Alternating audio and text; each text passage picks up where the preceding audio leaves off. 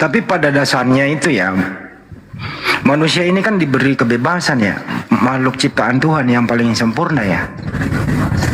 Maksud saya itu, kenapa itu akal nggak dipakai ya? Apa gitu loh, kenapa?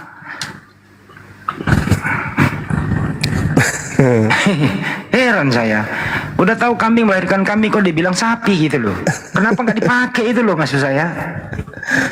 Itu 1 Korintus 1:19 jawabannya itu Andi.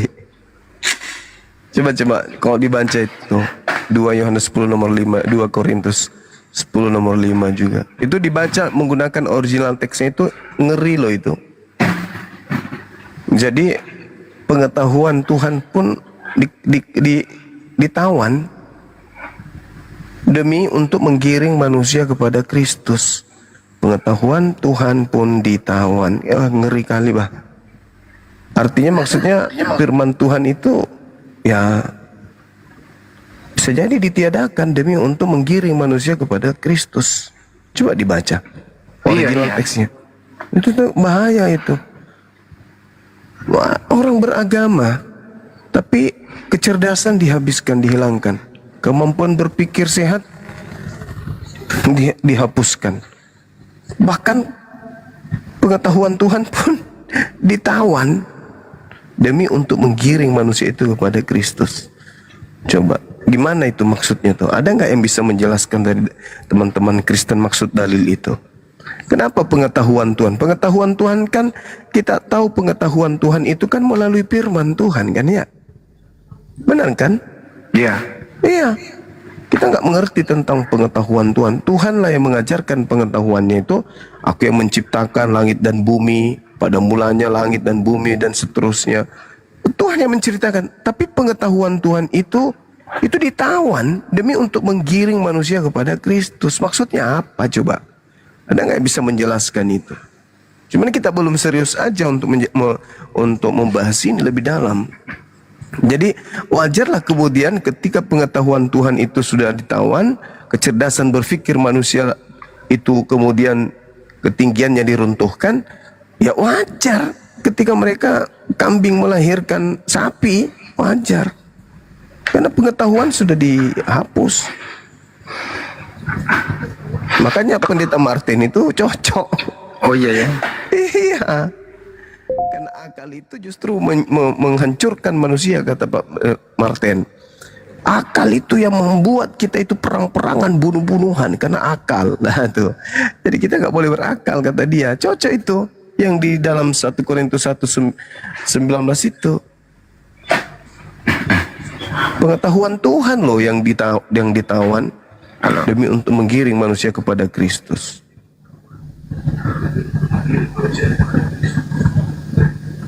Makanya mereka 1 tambah 1 sama dengan 1. Karena mereka jangankan pengetahuan kayak gitu yang umum, pengetahuan Tuhan aja ditawan.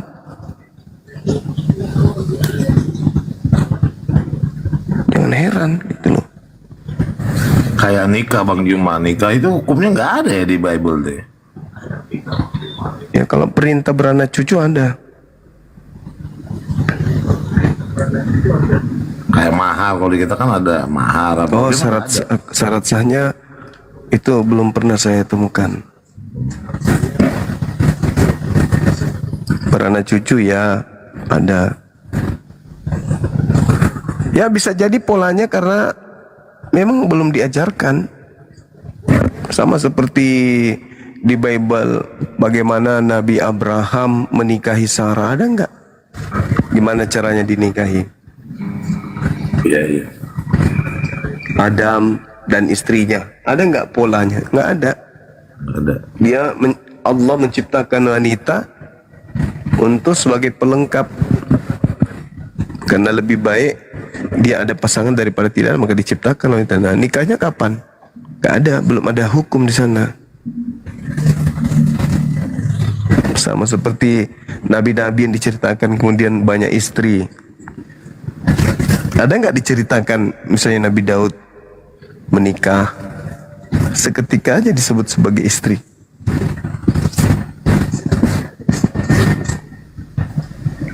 Mohon izin Bunda. Bang Denisi, Bang Teh sih Muslim apa Kristen? Muslim. Oh, saya Bawa aja dulu, Bang. Tadi Bang Juma kan menyebut Pendeta Martin tuh saya habis telepon. Boleh saya kasih linknya tadi tuh. Ntar lagi. Perhatiin di bawah teman-teman. Pak Martin mau naik.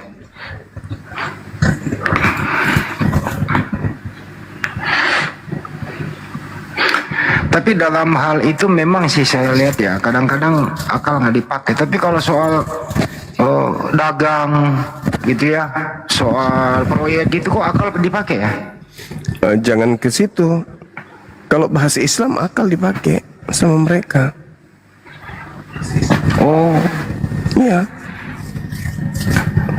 Sebenarnya itu hanya pelarian aja. Loncatan berpikirnya ada. Kenapa? Karena mereka menemukan memang irasional kan. Nah, maka dia mengatakan, oh memang harus irasional agama ini baru selamat orang.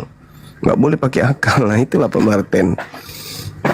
Karena dia menemukan pola keagamaan dia tidak berpola kepada akal, maka dia mengatakan memang nggak boleh pakai akal. Agama saya ini harus pakai iman. Gitu. Imani saja kan gitu. Contohnya seperti seekor sapi diimani dia adalah seekor buaya. Maka orang itu akan mempretelin akalnya untuk menjelaskan menurut versi dia bahwa ini adalah seekor buaya. Meskipun nyata itu adalah sapi. Dia akan mutar-mutar itu menjelaskan tidak. Yang kau lihat ini adalah 100% sapi, 100% buaya. Dia akan menjelaskan seperti itu. Kau tidak ngerti dari sisi keilahiannya. Yang kau lihat seekor sapinya, tapi kau nggak tahu kalau sebenarnya dia ini 100% buaya juga kan gitu. Ya kenapa bisa kayak begitu? Ya itu tadi karena iman. Jangan pakai akal.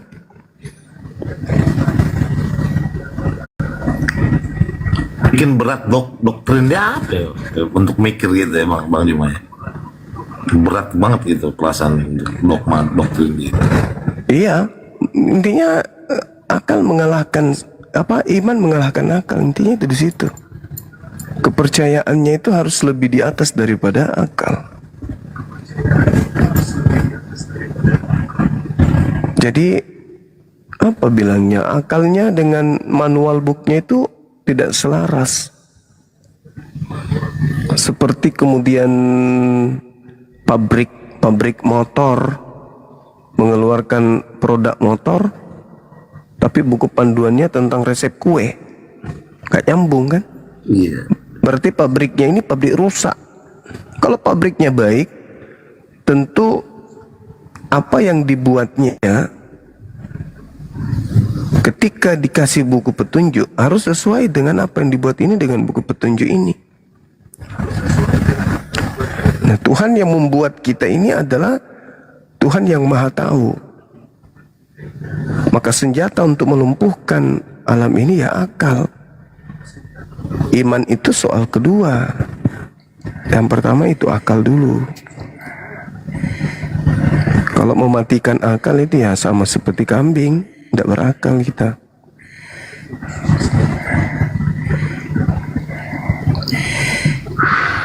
Percaya aja bahwa rumput ini rasa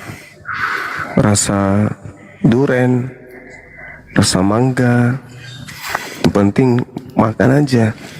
EGP kalau ini adalah rumput, makanya jangan pakai akal, harus pakai iman aja. Imani rumput ini adalah sayur kangkung, dan selamat. Bang Juma saya sambut dulu ya. Saya tadi telepon beliau. Oh iya, saudara kita sudah hadir di sini. Oke. Selamat malam Pak Martin. Ya, selamat malam. Sehat Bang? Sehat Pak? Lagi sehat ya, sehat. Nggak kangen tuh sama Bang Juma, Gimana? sebelah-sebelahan tuh. Nggak kangen sama Bang Juma.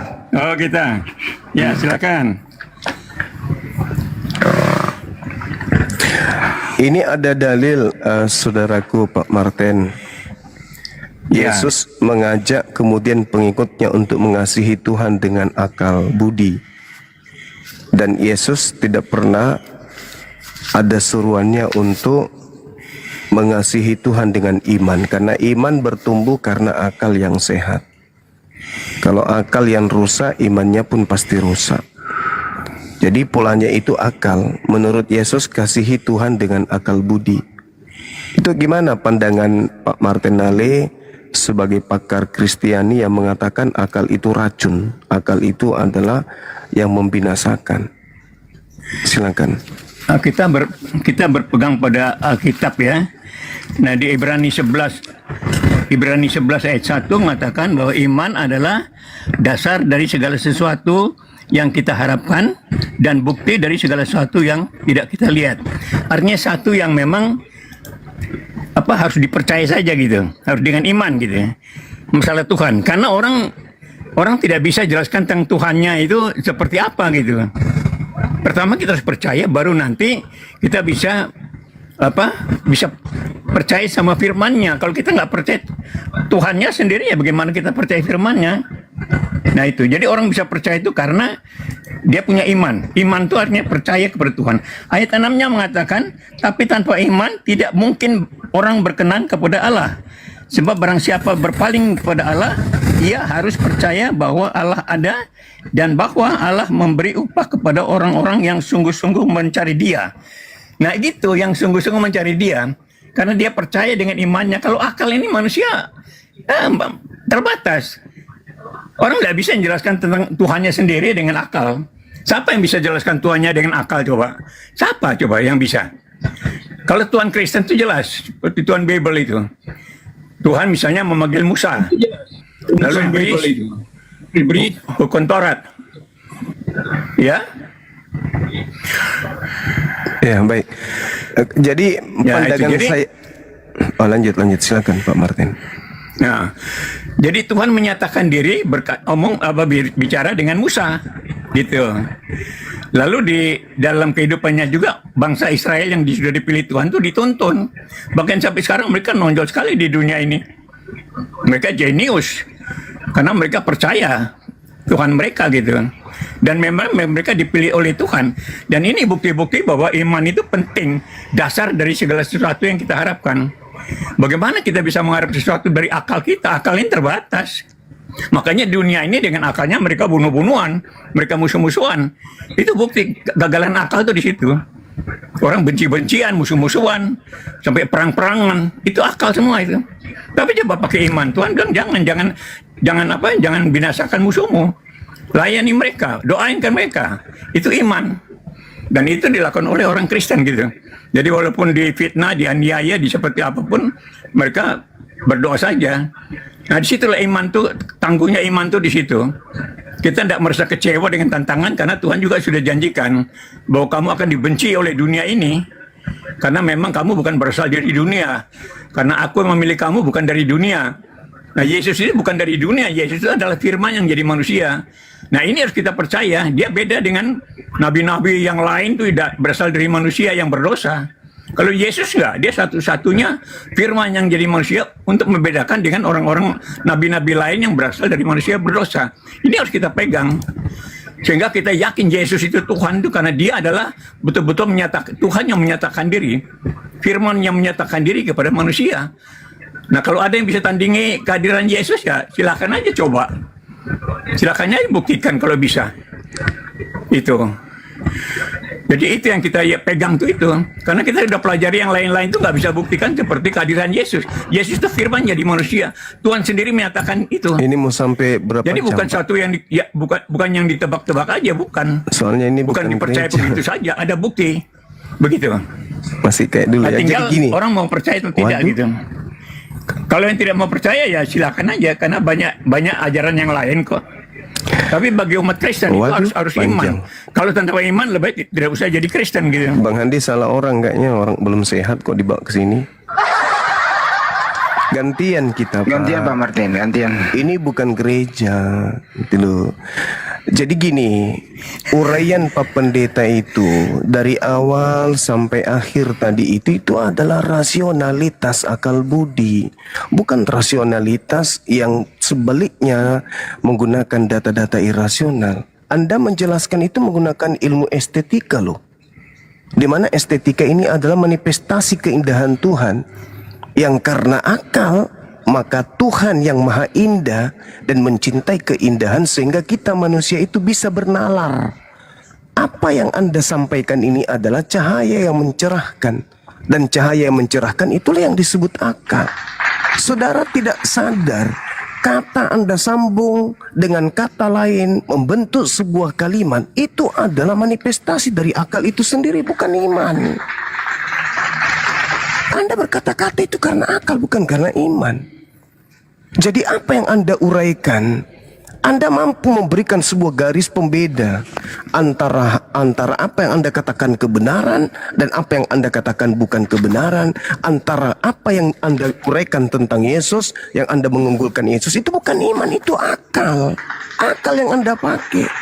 Jadi sejatinya kita sebagai manusia ini makhluk yang tidak bisa lepas dari akal. Di mana akal ini kita dapat mengembangkan beragam konsep. Dan konsep yang Anda kembangkan tadi itu adalah simbol-simbol bahwa makna-makna yang Anda katakan itu uraian daripada kata yang berasal dari akal yang ada di benak saudara, bukan karena iman. Imannya belakangan. Ketika Anda bertanya, siapa yang bisa? Itu karena iman Anda bertanya seperti itu. Tapi uraian kata demi kata membentuk sebuah paragraf penyampaian dan ada pesan yang Anda ingin sampaikan, itu adalah tata kerja akal yang ada pada diri saudara. Jadi akal kita ini mengajak kita untuk melihat segenap gerak jagat raya sebagai entitas kosmik dalam diri kita sendiri. Nah, inilah yang membuahkan yang disebut keyakinan, kepercayaan, dalam bahasa agama disebut iman. Kita melihat sekaligus kita dapat merenungkan hakikat kita dalam dunia ini adalah bisa berdiri, bisa duduk, bisa memberi sebuah karya karena kita menggunakan akal. Iman itu jurusan kedua. Jadi sekali lagi saya katakan, rasionalitas akal budi terbentuk. Kenapa? Karena memang itu dasarnya kita adalah makhluk yang berakal.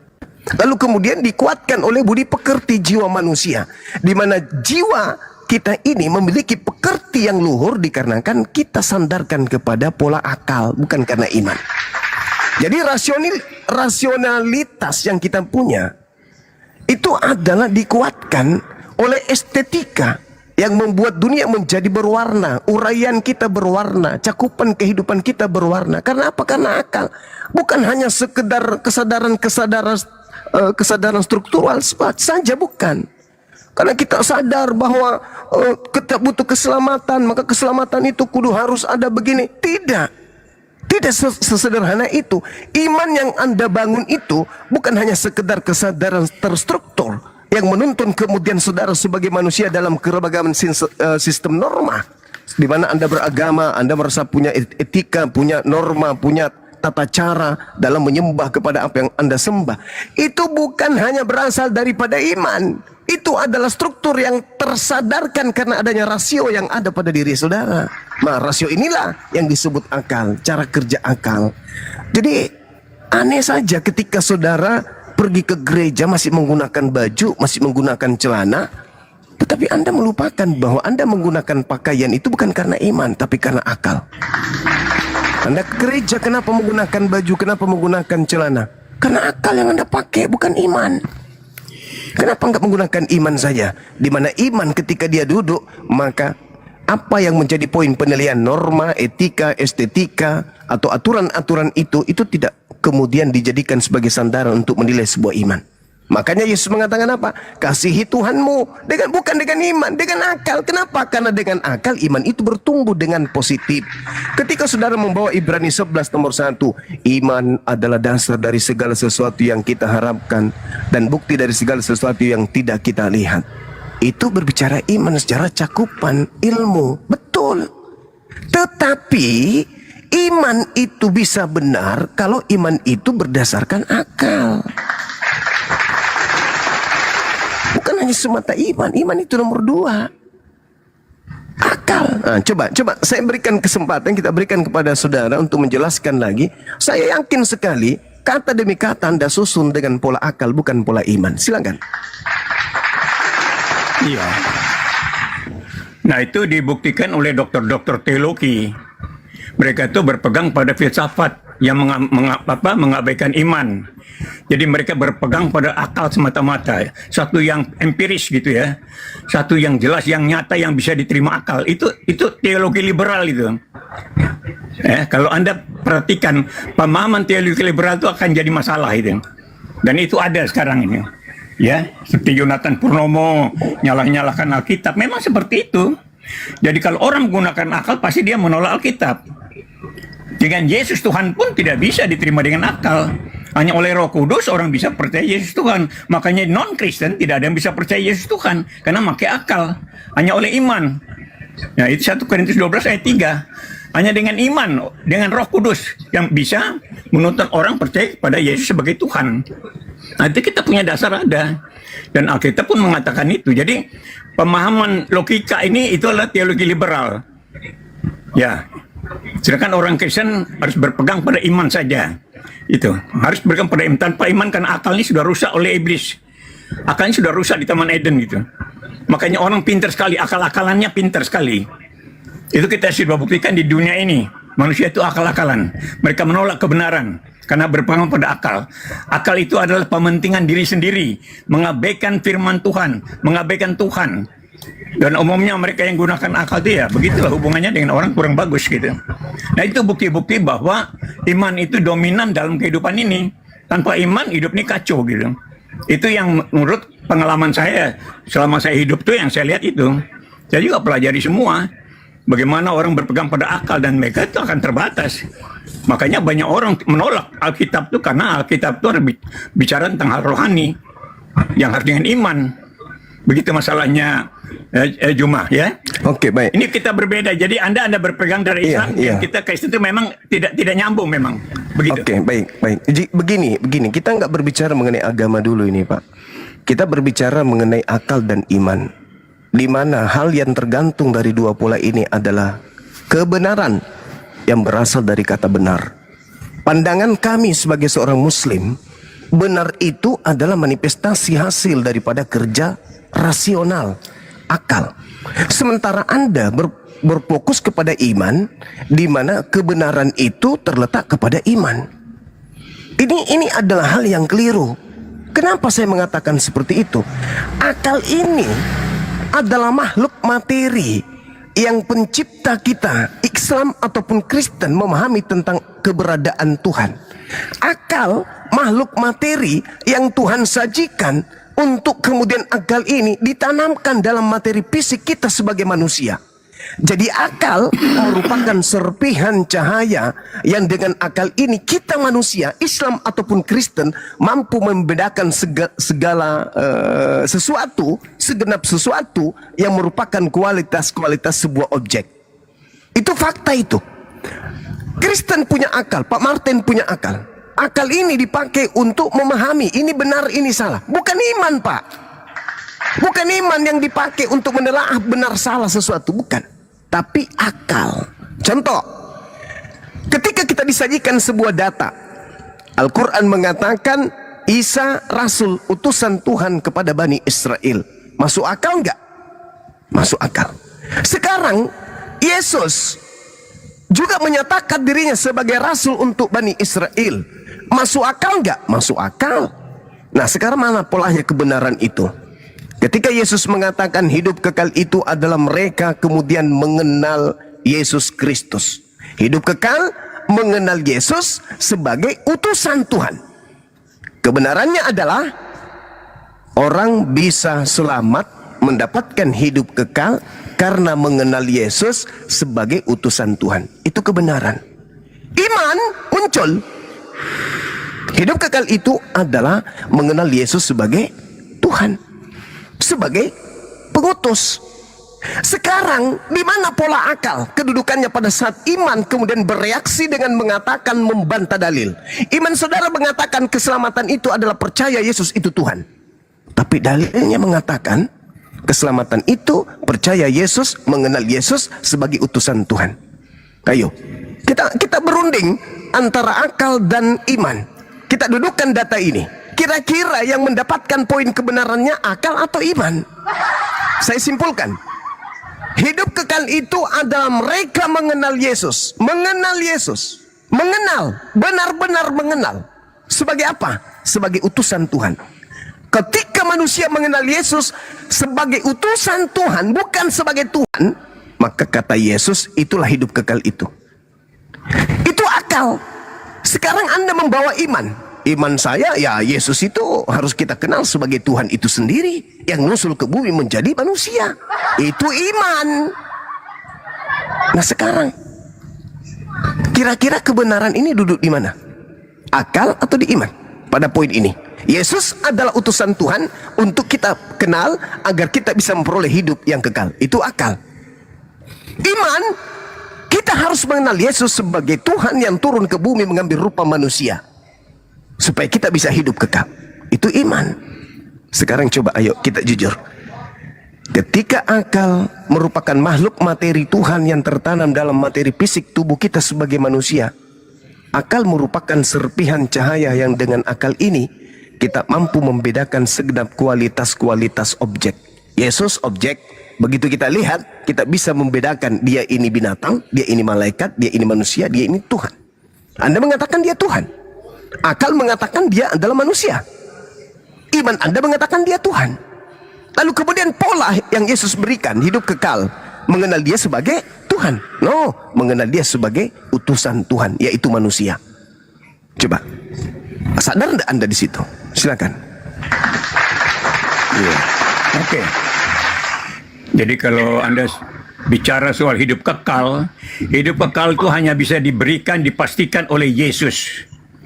Ya, hidup kekal itu makanya dikatakan di Yohanes 17 itu hidup kekal, engkau mengenal satu-satunya Allah yang benar. Allah yang benar itu yang mana? Yang menciptakan alam ini. Ya. Dan Yesus sebagai yang diutus. Yesus yang diutus ini bukan manusia biasa. Mulai. Ini yang orang tidak percaya itu di situ. Yesus kan? ini firman yang jadi manusia. Sekarang Anda jangan marah dulu. Bukan Pak Martin. Bukan. Saya belum selesai. Justru karena Anda tidak menggunakan akal, saudara. Saya ngomong, Anda potong. Sabar, kan sudah dua. Anda dua kali, saya dua kali. Anda dua kali, saya sudah dua kali. Ini kita tiktokan. Anda mengatakan hal ini itu karena akal-akalan, Pak Martin. Anda sudah akal-akalan. Hidup kekal itu menurut Yesus mengenal dia sebagai utusan Tuhan atau sebagai Tuhan? Utusan, di sini utusan itu ada seperti nabi-nabi, rasul juga utusan. Tetapi beda dengan utusan nabi-nabi dan rasul. Hidup kekal Ini yang Anda tidak tahu karena Anda pakai akal. Hidup kekal itu, hidup kekal itu menurut Yesus mengenal dia sebagai Tuhan atau sebagai utusan Tuhan? Dia itu firman yang menjadi manusia, jadi utusan firman yang menjadi utusan. Anda mencoba memainkan akal di sini. Dasar-dasar kita percaya. Anda mencoba memainkan akal-akalan Anda. Yang lain kan Allahnya tidak ada. Yesus mengatakan. Di mana Yesus mengatakan? Saudara, Pak Martin, maafkan saya saudara. Maafkan. Ini dalil. Tolong tunjukkan kepada saya Yesus mengatakan hidup kekal itu adalah mereka percaya aku adalah firman yang menjadi manusia. Mana dalilnya? Itu kan sudah dikatakan Yohanes 1 ayat 1 ayat 3, Yesus yang saya minta. Yesus yang saya minta, Pak. Bukan pengarang Yohanes. Yesusnya.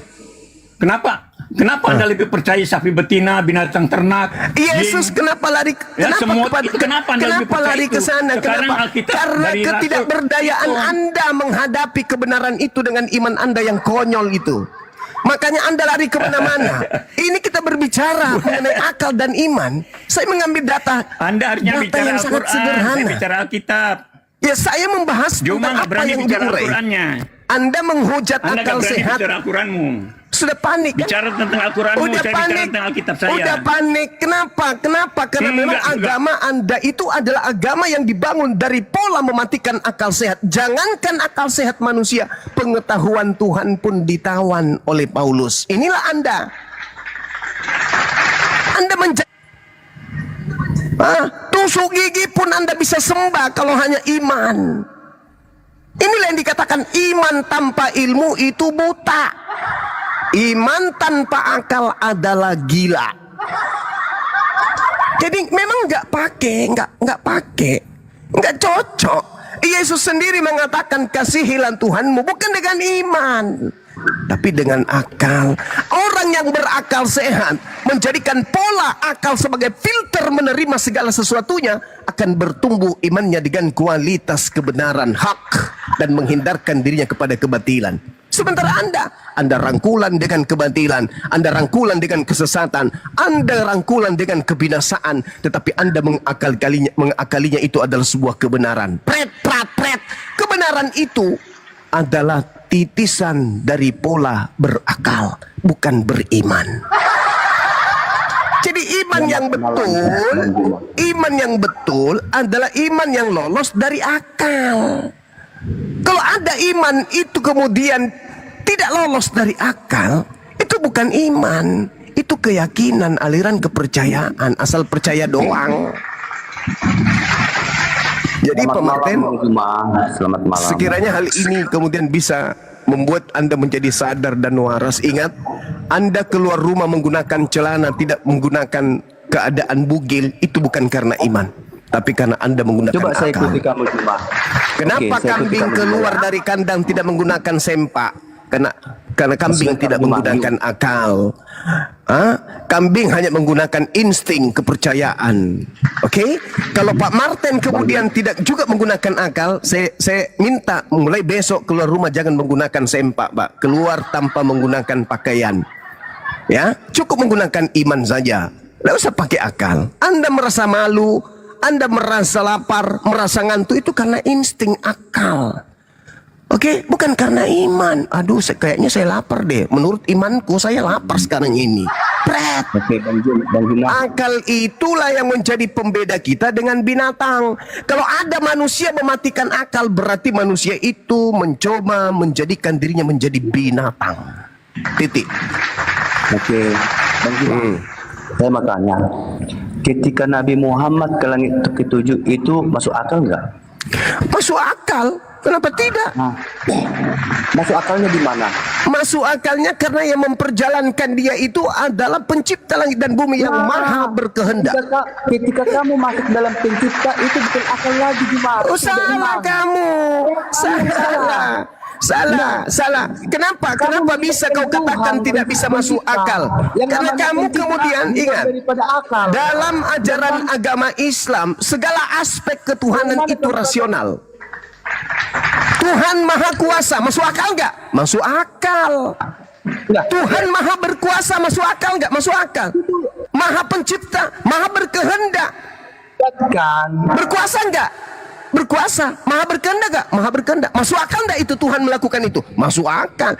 Yang tidak masuk akal itu Tuhan dilahirkan manusia. Yang tidak masuk akal itu Tuhan keluar merangkak dari kubur. Yang tidak masuk akal itu Tuhan sakit perut. Yang tidak masuk akal itu Tuhan kelaparan. Yang tidak masuk akal itu Tuhan ditetein, disunain, dimandiin, diceboin. Itu yang tidak masuk akal. Tapi kalau Tuhan memperjalankan hambanya dari bumi sampai ke langit, ya rasional dong, masuk akal dong. Piye to Mas? Itu masuk akal. Masuk akal. Yang tidak masuk akal itu Tuhan sakit perut. Kenapa masuk akal? Yang tidak masuk akal itu Tuhan mati dibunuh manusia. Tapi kalau Tuhan membunuh manusia, itu masuk akal. Itu masuk akal. Tuhan memperjalankan subhanalladzi asra bi 'abdihi lailan minal masjidil harami ilal masjidil aqsa. Masuk akal. Yang maha penguasa memperjalankan hambanya dari bumi ke langit, langit ke bumi. Masuk akal nggak? Ya masuk akal. Yang tidak masuk akal itu, yang tidak masuk akal itu Tuhan naik perahu. Itu malam perjalanan. yang tidak masuk akal itu Tuhan naik perahu. Dan tidak masuk akal itu Tuhan makan ikan goreng. Yang tidak masuk akal itu Tuhan sakit gigi, kena panu. Yang tidak masuk akal itu Tuhan kena petir. Kalau Tuhan memperjalankan ciptaannya dari Makassar ke Jakarta, dari Jakarta ke Madinah, dari Madinah ke Papua, dari Papua ke Amerika, dari Amerika ke Malaysia, ya masuk akal yang memperjalankan adalah penciptanya. Apa yang tidak masuk akal di situ? Yang tidak masuk akal itu adalah Tuhan beol dan lupa cebok. Nah, itu tidak masuk akal. Begitu Saudara Petra. Kok dari dulu gini aja terus dari kamu itu? Apa? Emang dasarnya agamamu sudah irasional, Abang. Jangan sakit hati. Memang agamamu agama yang tidak masuk akal. Tuhan turun ke bumi, menjadi manusia, dibunuh manusia, berdoa kepada Tuhan yang lain.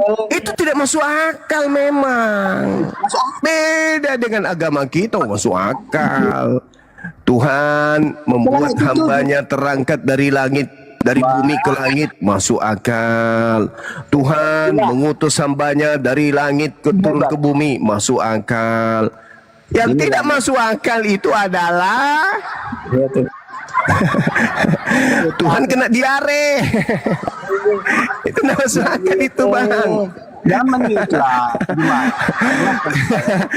Tuhan itu dikejar-kejar sama tentara Romawi, itu tidak masuk akal. Sabar dulu. Kita bahas dulu tentang Muhammad Kelang ke-7. Masalah generasi. Coba. Gini. Kutanya dulu samamu, Saudara Petra. Apakah Tuhan, dengar. Apakah Tuhan berkuasa memperjalankan manusia dari bumi ke langit? Berkuasa enggak Tuhan itu? Oke, saya jawab ya. Ya. Menurut manusia, perjalanan manusia dari Itu menurut manusia, Tuyul. Yang saya tanya, Tapi kalau berkuasa. katakan akal, yang namanya akal berkuasa enggak Tuhan? Berkuasa enggak Tuhan memperjalankan ciptaannya dari bumi ke langit? Berkuasa enggak Tuhan? jangan mirip lah. Berkuasa enggak Tuhan memperjalankan hambanya dari bumi ke langit? Oke, sebentar ya. Berkuasa Jangan enggak? mirip ya.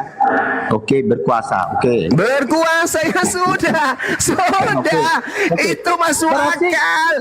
Karena Tuhan ini dalam akal kita maha kuasa. Menurut akalmu, Saudara Petra, menurut akalmu Tuhan itu maha kuasa enggak menurut akalmu? Dengarkan dulu. Menurut akalmu Tuhan itu maha kuasa enggak?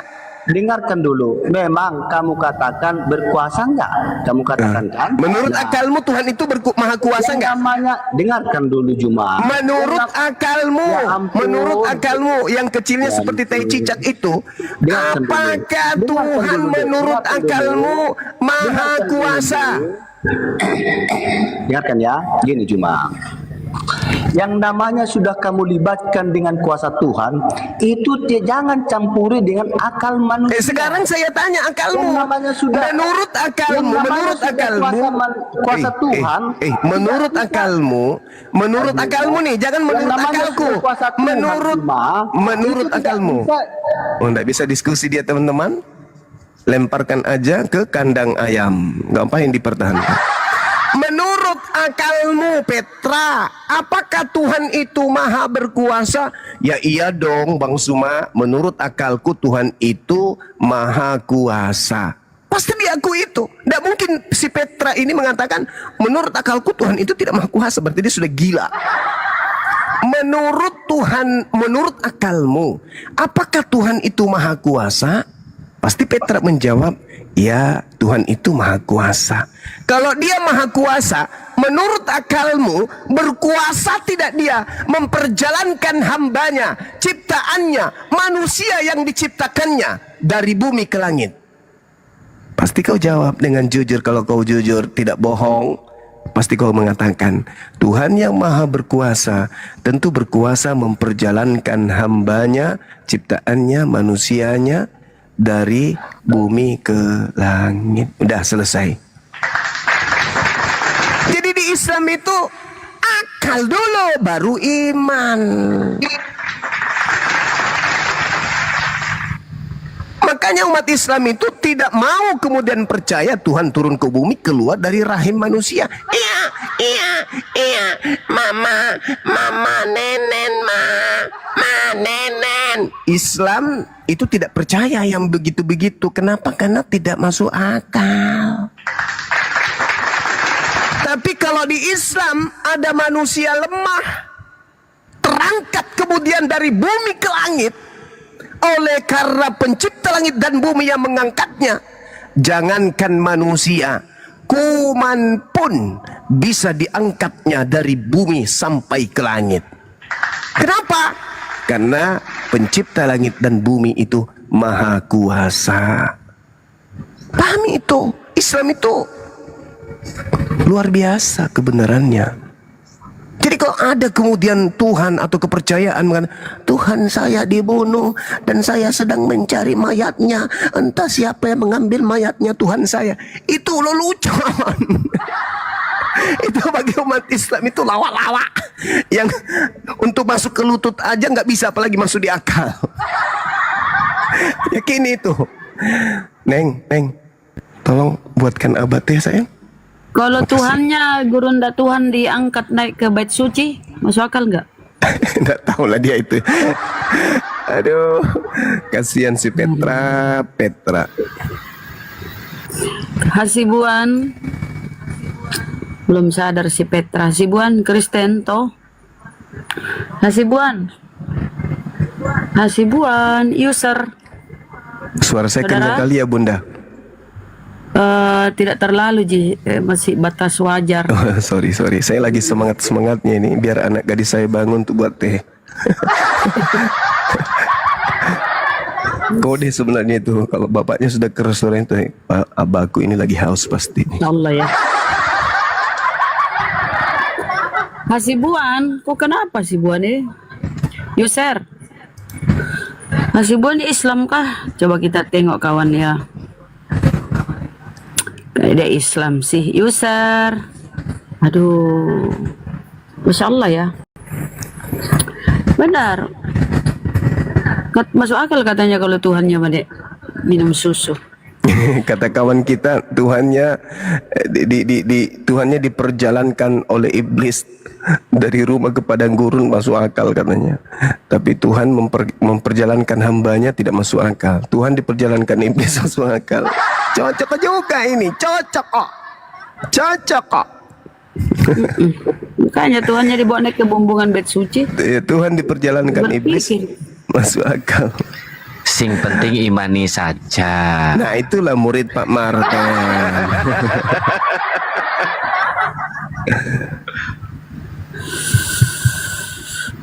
Makanya sering saya katakan Gurunda, mereka itu akalnya sungsang. Oh iya. Maksudnya apa itu Bang? Capcay? Terbalik. Oh kebalik. Iya. Ada tuh yang paling lantang itu membahas tentang kebenaran di agama kami, hanya kebenaran. Dengar-dengar dia sedang menghamili seseorang katanya ya. Iya, disuap 30 juta. Wow, anak-anak Tuhan ini kan? Iya, disuap 30 juta untuk digugurin. Wow. Anak Tuhan lagi menghamili korban murtadin. Dan disuruh murtadinnya itu untuk menggugurkan kandungan dengan 30 juta. Wow.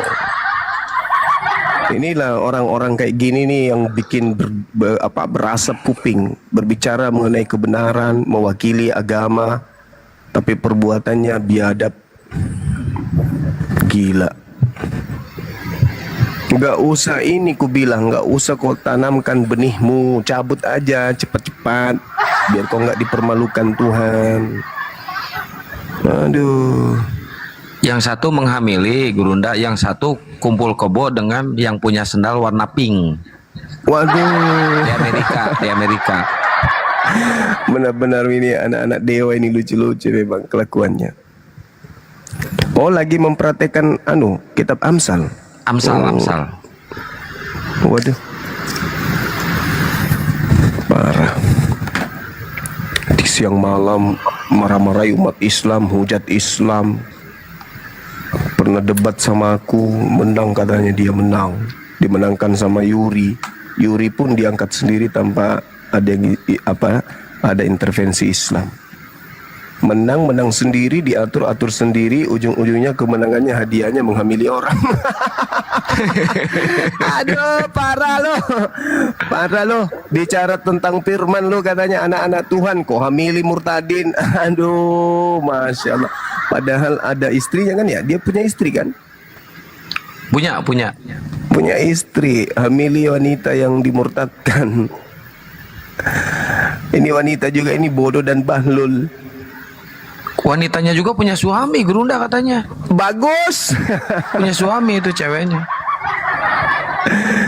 Aduh, mama manras yang gue teh. Udah keadaannya sedikit, diandalkan yang sedikit ini, ternyata perbuatannya bajingan. Itu lagi mempraktekkan rudal kudus, Gurunda. Oh, Rudal kudus. rudal kudus. Bikin malu aja saudara kita Kristen. Aduh, kasihan saudara-saudara Kristen kita yang masih baik, yang mau belajar. Aduh, bangga sama dia. Tiap malam dia hujat Islam, Nabi Muhammad dihujatnya, petantang petenteng, menantang Bang Suma untuk diskusi di Filipina, di luar negeri. Aku bilang saya datang ke kampungmu, nangis. Sekarang perbuatannya lebih dari binatang. Binatang melakukan itu wajar, ini manusia, anak Tuhan lagi katanya. Aduh, mana tampil pakai baju koko lagi, pakai kopiah. Kalau dia berdebat, ternyata binatang. Mengecewakan sekali. Ya, Itulah makanya saya menyebutnya roh kematian. Tidak pernah saya menyebutnya roh kehidupan atau roti kehidupan, roti kematian yang aku sebutnya. Mulutnya modal mulut doang. Mulut cuman modal congor, tapi kepercayaannya tidak masuk ke hatinya, cuman aksesoris doang. Roti kebegoan. Itu mencemarkan dunia apologet itu namanya. Betul, Gurunda. Iya. Kita ini kan orang Kristen maupun orang Islam yang berdebat agama itu kan sejatinya orang-orang terbaik lah dari wakil agama itu. Ya jagalah, kalau mau kali maksiat ya sembunyi-sembunyi lah, dan upayakan jangan sampai orang lain tahu, cukup kamu yang tahu dengan Tuhanmu. Aduh, kecewa saya sebagai seorang apologet, meskipun dia Kristen ya, tapi sejatinya menurut saya pembela agama itu adalah orang-orang yang menjaga marwah. Tapi kalau kayak gitu kasihan saudara kita Kristen, wakilnya adalah binatang rupanya. Itu chat-chatnya itu perempuan itu sampai ke saya juga loh. Aku dihamili bang, aku diginiin bang, digituin bang. Terus aku disuruh menggugurkan anak saya bang. Aduh. Ya kalau yang sandal pink itu kalau dia perempuan masih masuk kelas, tapi kalau dia laki-laki bahaya juga itu.